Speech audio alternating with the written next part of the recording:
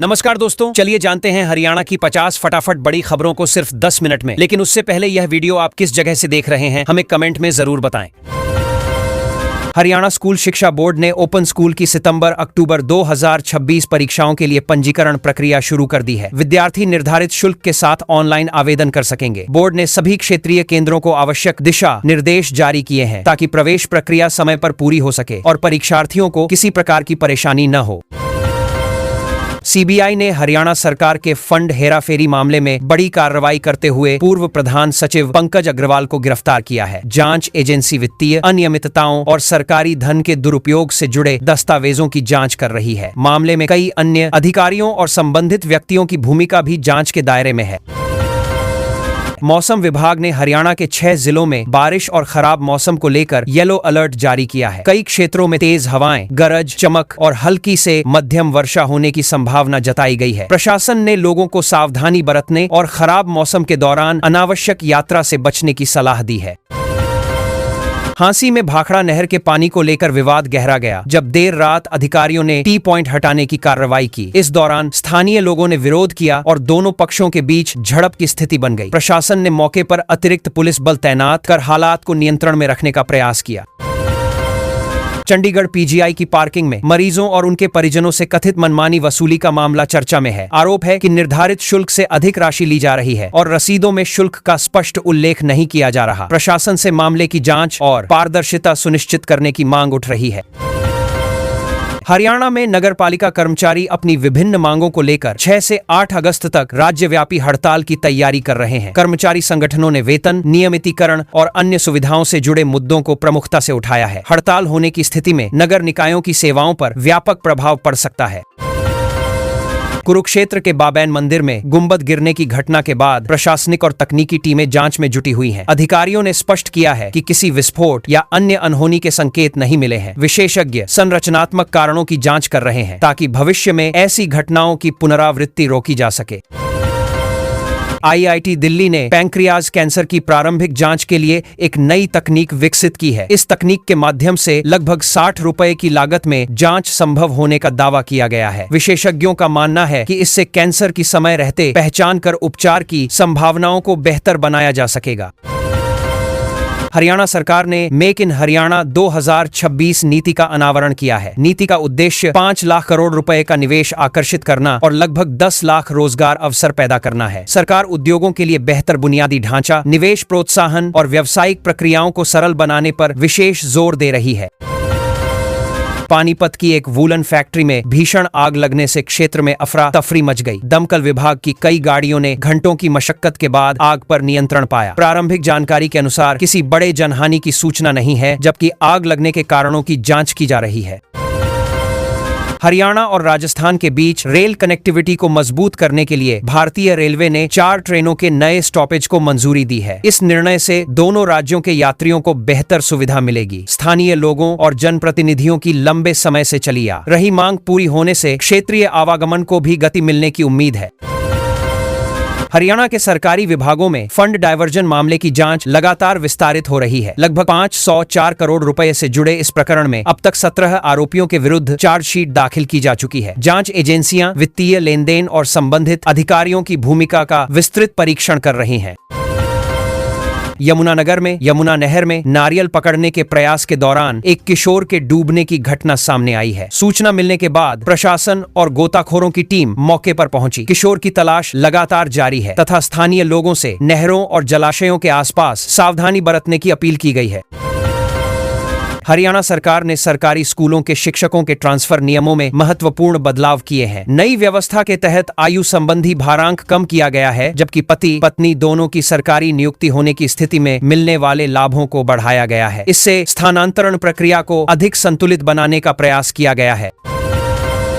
राज्य में 6ठी कक्षा के पाठ्यक्रम और विभिन्न सरकारी भर्ती परीक्षाओं में योग शिक्षा को अनिवार्य रूप से शामिल करने का निर्णय लिया गया है। सरकार का मानना है कि इससे विद्यार्थियों और अभ्यर्थियों में स्वास्थ्य जागरूकता बढ़ेगी। शिक्षा विभाग इस संबंध में आवश्यक पाठ्य सामग्री और दिशा निर्देश तैयार कर रहा है। पंजाब हरियाणा हाई कोर्ट ने एक महत्वपूर्ण फैसले में कहा है कि ट्रेन में होने वाले बम विस्फोटों को भी रेल दुर्घटना की श्रेणी में माना जाएगा। अदालत ने स्पष्ट किया कि ऐसे मामलों में रेलवे मुआवजे की जिम्मेदारी से बच नहीं सकता। निर्णय को पीड़ित परिवारों के हित में महत्वपूर्ण माना जा रहा है। भिवानी में शिक्षिका मनीषा की मौत के मामले में 10 महीने बाद भी जांच में स्पष्ट निष्कर्ष सामने नहीं आने से परिजनों में नाराजगी है। मृतका के पिता ने 29 जून से आमरण अनशन शुरू करने की चेतावनी दी है। उन्होंने मामले की निष्पक्ष और तेज जांच की मांग प्रशासन के समक्ष रखी है। हरियाणा सरकार ने शस्त्र लाइसेंस नवीनीकरण प्रक्रिया को तेज करने के लिए नई अधिसूचना जारी की है। इसके अनुसार लाइसेंस नवीनीकरण का कार्य अब 15 दिनों के भीतर पूरा किया जाएगा। सरकार का उद्देश्य लंबित मामलों को कम करना और नागरिकों को समयबद्ध प्रशासनिक सेवाएं उपलब्ध कराना है। फरीदाबाद के एक बॉडी बिल्डर ने थाईलैंड में आयोजित अंतर्राष्ट्रीय प्रतियोगिता में शानदार प्रदर्शन कर जीत हासिल की है। उनकी उपलब्धि से राज्य के खेल जगत में उत्साह का माहौल है। खेल प्रेमियों और विभिन्न संगठनों ने खिलाड़ी को बधाई देते हुए भविष्य की प्रतियोगिताओं के लिए शुभकामनाएं दी हैं। हिसार में टोल प्लाजा मैनेजर की गाड़ी से कुचलकर हुई हत्या के मामले में पुलिस जांच जारी है। अधिकारियों द्वारा घटनास्थल से जुटाए गए साक्ष्यों और सीसीटीवी फुटेज की मदद से मामले की पड़ताल की जा रही है। पुलिस का कहना है कि जांच पूरी होने के बाद तथ्य सार्वजनिक किए जाएंगे। चंडीगढ़ में हाल के सुरक्षा संबंधी घटनाक्रमों के बाद व्यापारी और क्लब संचालक अपनी सुरक्षा व्यवस्था मजबूत करने में जुट गए हैं। कई प्रतिष्ठानों ने अतिरिक्त बाउंसर्स और निजी सुरक्षा कर्मियों की नियुक्ति शुरू कर दी है। व्यवसायी संगठनों का कहना चंडीगढ़ में है कि इससे ग्राहकों और कर्मचारियों दोनों की सुरक्षा सुनिश्चित की जा सकेगी। केंद्र सरकार ने पंजाब और हरियाणा के बीच लंबे समय से लंबित नहर परियोजना विवाद के समाधान के लिए 1 महीने की समय सीमा निर्धारित की है। संबंधित पक्षों से बातचीत और समन्वय के माध्यम से समाधान निकालने का प्रयास किया जा रहा है ताकि जल वितरण से जुड़े विवादों का स्थायी निपटारा हो सके। भिवानी की युवा निशानेबाज हिमांशी जांगड़ा ने जूनियर विश्व शूटिंग चैंपियनशिप में कांस्य पदक जीतकर हरियाणा का नाम अंतर्राष्ट्रीय स्तर पर रोशन किया है। उनकी उपलब्धि पर खेल विभाग और विभिन्न सामाजिक संगठनों ने खुशी व्यक्त की है। राज्य के खिलाड़ियों के लिए ये उपलब्धि प्रेरणा स्रोत मानी जा रही है।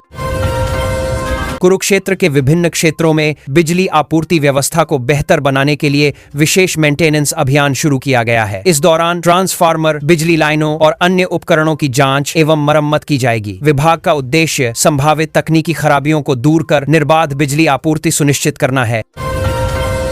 सोनीपत में औद्योगिक इकाइयों को पर्यावरणीय नियमों का सख्ती से पालन करने के निर्देश जारी किए गए हैं। प्रदूषण नियंत्रण बोर्ड ने उद्योगों को अपशिष्ट प्रबंधन और उत्सर्जन मानकों का अनुपालन सुनिश्चित करने को कहा है। नियमों का उल्लंघन करने वाली इकाइयों के विरुद्ध कार्रवाई की चेतावनी भी दी गई है।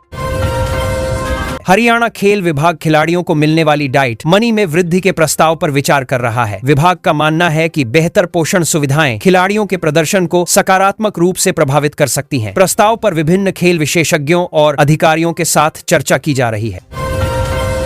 सिरसा में किसान सहकारी समितियों के माध्यम से उर्वरक वितरण की निगरानी व्यवस्था शुरू की गई है। इसका उद्देश्य किसानों को समय पर और उचित मात्रा में खाद उपलब्ध कराना है। प्रशासन ने पारदर्शिता बढ़ाने तथा कालाबाजारी की संभावनाओं को रोकने के लिए निगरानी तंत्र को मजबूत किया है।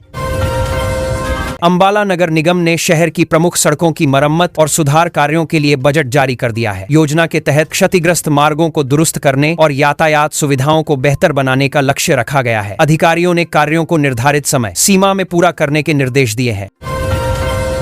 रोहतक के राजीव गांधी स्टेडियम में आगामी एथलेटिक्स टूर्नामेंट की तैयारियां तेज कर दी गई हैं। खेल परिसर में खिलाड़ियों के लिए आवश्यक सुविधाओं को उन्नत किया जा रहा है। आयोजन समिति का लक्ष्य प्रतियोगिता को सफलतापूर्वक संपन्न कराना और खिलाड़ियों को बेहतर प्रतिस्पर्धी वातावरण उपलब्ध कराना है। हरियाणा की नई आवास नीति के तहत आर्थिक रूप से कमजोर और जरूरतमंद परिवारों को फ्लैट आवंटन प्रक्रिया में तेजी लाई गई है। सरकार का उद्देश्य पात्र परिवारों को शीघ्र आवास सुविधा उपलब्ध कराना है। संबंधित विभाग लाभार्थियों की सूची और आवंटन प्रक्रिया को अंतिम रूप देने में जुटे हुए हैं।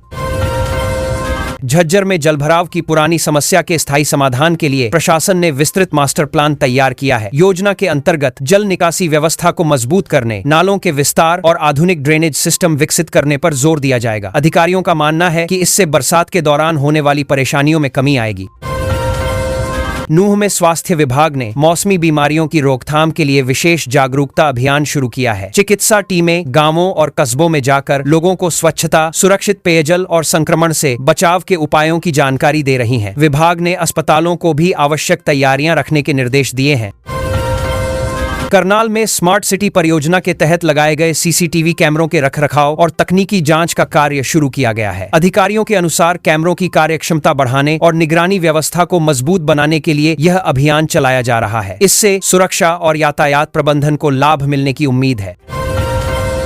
फरीदाबाद की नेहरू कॉलोनी में विस्थापन और पुनर्वास से जुड़े मुद्दों को लेकर स्थानीय निवासियों ने प्रशासन के समक्ष अपनी मांगें रखी हैं। लोगों ने उचित पुनर्वास, मूलभूत सुविधाओं और पारदर्शी प्रक्रिया की मांग की है। प्रशासन ने संबंधित पक्षों से बातचीत कर समाधान निकालने का आश्वासन दिया है। हरियाणा पुलिस की महिला सुरक्षा विंग ने वर्ष 2025-26 के लिए नए सुरक्षा प्रोटोकॉल लागू किए हैं। इनका उद्देश्य महिलाओं की सुरक्षा को मजबूत बनाना और शिकायतों के त्वरित निस्तारण को सुनिश्चित करना है। पुलिस विभाग विभिन्न जिलों में जागरूकता कार्यक्रम और सुरक्षा अभियान भी संचालित करेगा। रेवाड़ी रेलवे स्टेशन के सौंदर्यीकरण का कार्य शुरू कर दिया गया है। परियोजना के तहत स्टेशन परिसर की सुविधाओं में सुधार, यात्री प्रतीक्षालयों का उन्नयन और स्वच्छता व्यवस्था को बेहतर बनाया जाएगा। रेलवे अधिकारियों का कहना है कि इससे यात्रियों को आधुनिक और सुविधाजनक वातावरण उपलब्ध होगा। फतेहाबाद में सिंचाई व्यवस्था को बेहतर बनाने के लिए नहरों की सफाई का कार्य अंतिम चरण में पहुंच गया है। विभाग का लक्ष्य खेतों तक पर्याप्त पानी पहुंचाना और जल प्रवाह में आने वाली बाधाओं को दूर करना है। किसानों ने इस पहल का स्वागत करते हुए समय पर कार्य पूरा करने की मांग की है। कैथल में गर्मी को देखते हुए स्कूलों के समय में बदलाव की मांग तेज हो गई है। अभिभावकों ने प्रशासन को ज्ञापन सौंपकर विद्यार्थियों के स्वास्थ्य और सुविधा को ध्यान में रखते हुए नई समय सारणी लागू करने का आग्रह किया है। शिक्षा विभाग इस BA-BC प्रस्ताव पर विचार कर रहा है। पंचकूला में पर्यटन स्थलों के विकास और पर्यटकों की सुविधाओं को बेहतर बनाने के लिए नई गाइडलाइन जारी की गई है। इसके तहत स्वच्छता, सुरक्षा और आधारभूत सुविधाओं पर विशेष ध्यान दिया जाएगा। पर्यटन विभाग का उद्देश्य जिले को अधिक आकर्षक पर्यटन केंद्र के रूप में विकसित करना है। महेंद्रगढ़ में जल संरक्षण को बढ़ावा देने के लिए पारंपरिक बावड़ियों के संरक्षण और पुनर्जीवन का कार्य शुरू किया गया है। इस पहल के माध्यम से ऐतिहासिक धरोहरों को संरक्षित करने के साथ साथ भूजल स्तर सुधारने का प्रयास किया जा रहा है। स्थानीय लोगों ने इस योजना का स्वागत किया है। पलवल में किसानों को आधुनिक सिंचाई तकनीकों से जोड़ने के लिए ड्रिप सिंचाई अनुदान योजना पर विशेष कार्यशाला आयोजित की गई। कृषि विशेषज्ञों ने किसानों को कम पानी में अधिक उत्पादन प्राप्त करने के तरीके बताए। विभाग का उद्देश्य जल संरक्षण को बढ़ावा देना और किसानों की उत्पादन लागत कम करना है। चरखी दादरी में डिजिटल इंडिया अभियान के तहत सभी ग्राम पंचायतों को हाई स्पीड इंटरनेट से जोड़ने का कार्य तेजी से आगे बढ़ रहा है। इस परियोजना के पूरा होने से ग्रामीण क्षेत्रों में ऑनलाइन सेवाओं, शिक्षा और डिजिटल प्रशासन तक लोगों की पहुंच और अधिक आसान हो जाएगी। जींद में प्रस्तावित नए बस स्टैंड के निर्माण की प्रक्रिया को आगे बढ़ाया गया है। प्रशासन भूमि, बजट और तकनीकी औपचारिकताओं को अंतिम रूप देने में जुटा है। परियोजना पूरी होने के बाद यात्रियों को बेहतर परिवहन सुविधाएं मिलेंगी तथा शहर की यातायात व्यवस्था को भी मजबूती प्राप्त होगी। कुरुक्षेत्र विश्वविद्यालय ने नए शैक्षणिक सत्र से विदेशी भाषाओं के डिप्लोमा कोर्स शुरू करने का निर्णय लिया है। इन पाठ्यक्रमों का उद्देश्य विद्यार्थियों को वैश्विक अवसरों के लिए तैयार करना है। विश्वविद्यालय प्रशासन का मानना है कि इससे छात्रों के कौशल विकास और रोजगार संभावनाओं में वृद्धि होगी।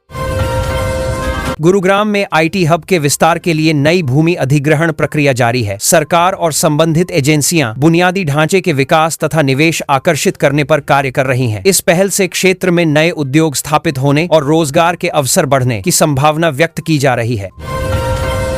पानीपत में टेक्सटाइल निर्यात को बढ़ावा देने के लिए व्यापारियों और उद्योग प्रतिनिधियों की महत्वपूर्ण बैठक आयोजित की गई। बैठक में वैश्विक बाजारों तक पहुंच बढ़ाने, उत्पादन क्षमता सुधारने और निर्यात संबंधी चुनौतियों पर चर्चा की गई। उद्योग जगत ने सरकार से अतिरिक्त प्रोत्साहन देने की मांग भी रखी। हरियाणा सरकार ने राज्य के सभी सरकारी भवनों में सोलर पैनल लगाना अनिवार्य करने का निर्णय लिया है। इस कदम का उद्देश्य स्वच्छ ऊर्जा को बढ़ावा देना और बिजली खर्च में कमी लाना है। संबंधित विभागों को चरणबद्ध तरीके से योजना लागू करने के निर्देश जारी किए गए हैं। हिसार हवाई अड्डे से संचालित होने वाली उड़ानों को बढ़ावा देने के लिए एयरलाइंस कंपनियों के साथ नया समझौता ज्ञापन हस्ताक्षरित किया गया है। सरकार को उम्मीद है कि इससे हवाई सेवाओं का विस्तार होगा और क्षेत्रीय कनेक्टिविटी मजबूत बनेगी। यात्रियों को भी अधिक उड़ान विकल्प उपलब्ध हो सकेंगे। मेवात क्षेत्र में शिक्षा स्तर सुधारने के लिए विशेष शिक्षकों की भर्ती प्रक्रिया शुरू करने की तैयारी की जा रही है। सरकार का लक्ष्य शैक्षणिक गुणवत्ता बढ़ाना और विद्यार्थियों को बेहतर शिक्षण सुविधाएं उपलब्ध कराना है। योजना के तहत जरूरत वाले क्षेत्रों में प्राथमिकता के आधार पर नियुक्तियां की जाएंगी। हरियाणा में पर्यावरण संरक्षण को जन